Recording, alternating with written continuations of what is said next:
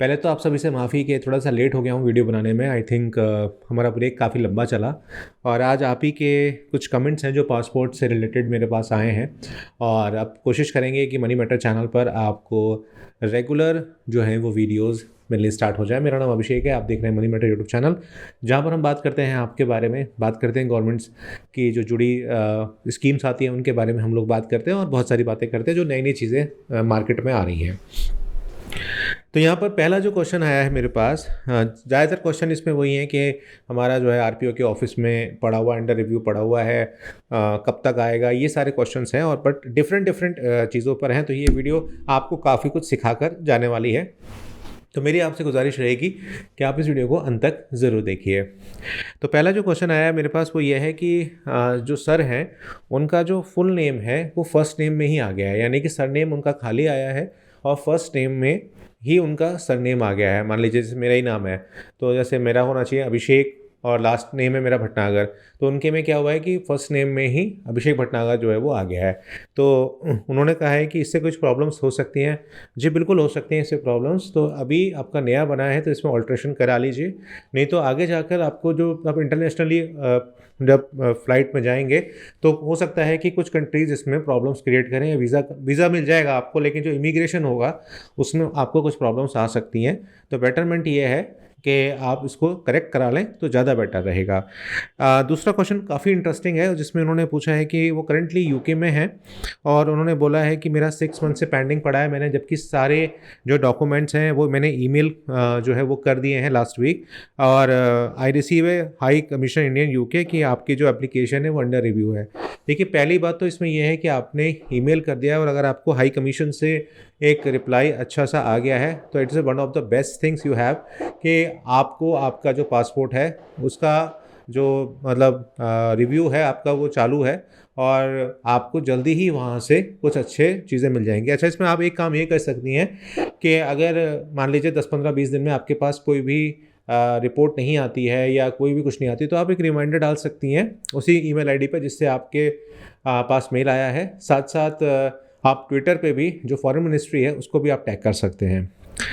तीसरा जो है वो ये है कि मेरा प्रिंट स्टेटस पहले दिखाया, उसके बाद फिर से वो एप्लीकेशन अंडर रिव्यू में चला गया।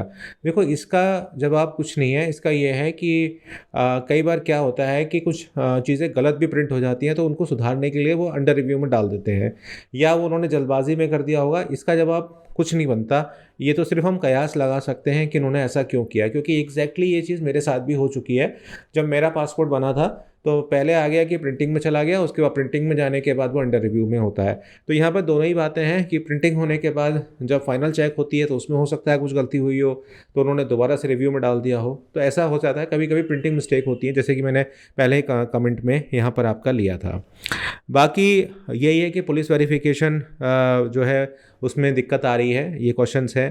तो पुलिस वेरिफिकेशन की दिक्कत तो सर वही है कि जब तक आपका डॉक्यूमेंट्स अच्छे नहीं होंगे, क्लियर नहीं होंगे, तब तक वो दिक्कत रहती है। बाकी एरिया टू एरिया डिपेंड करता है। मैंने कई वीडियोस में आपको बताया है कि अगर आपका एरिया अच्छी पॉश कॉलोनी में आता है तो मैंने ऐसा देखा है कि बहुत जल्दी आपके जो वेरिफिकेशन है वो प्रोसेस पूरी कर देते हैं, लेकिन अगर आपका एरिया कुछ भी ऊपर नीचे का होता है तो वहाँ पर वो थोड़ी सी गहनता से जांच करते हैं।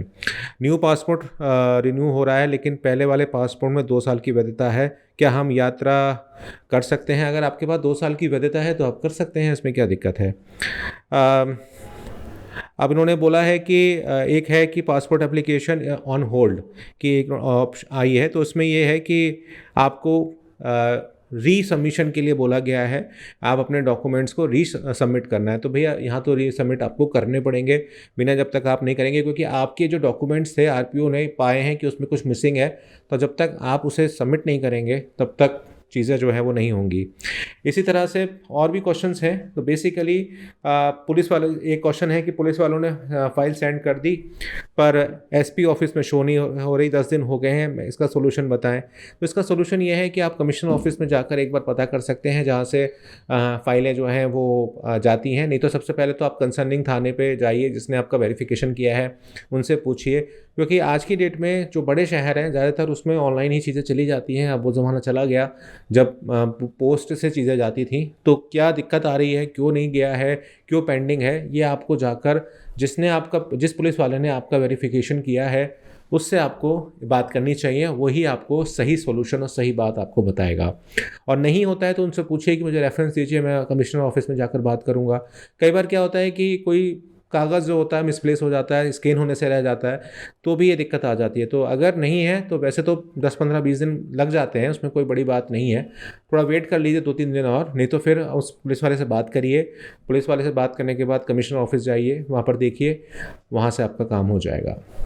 तो इस तरह से क्वेश्चंस पूछते रहिए, आपके सवालों के जवाब देता रहूँगा और नई-नई वीडियोज़ मैं आपको दूँगा। मैं कुछ फाइनेंशियल वीडियोज़ लेकर आने के चक्कर में हूँ कि आपको क्रेडिट कार्ड्स और ये सब चीज़ों के बारे में जानकारी दूँ, क्योंकि बहुत सारे लोग अभी नहीं जानते कि प्लैटिनम कार्ड क्या होता है, डायमंड कार्ड क्या होता है, इसके बारे में लोग नहीं जानते हैं। तो मैं कोशिश करूँगा कि आपको दूँ, और क्या-क्या देखना चाहते हैं कमेंट करके ज़रूर बताइएगा। मुलाकात होगी आपसे नई वीडियो में, तब तक अपना ध्यान रखिए।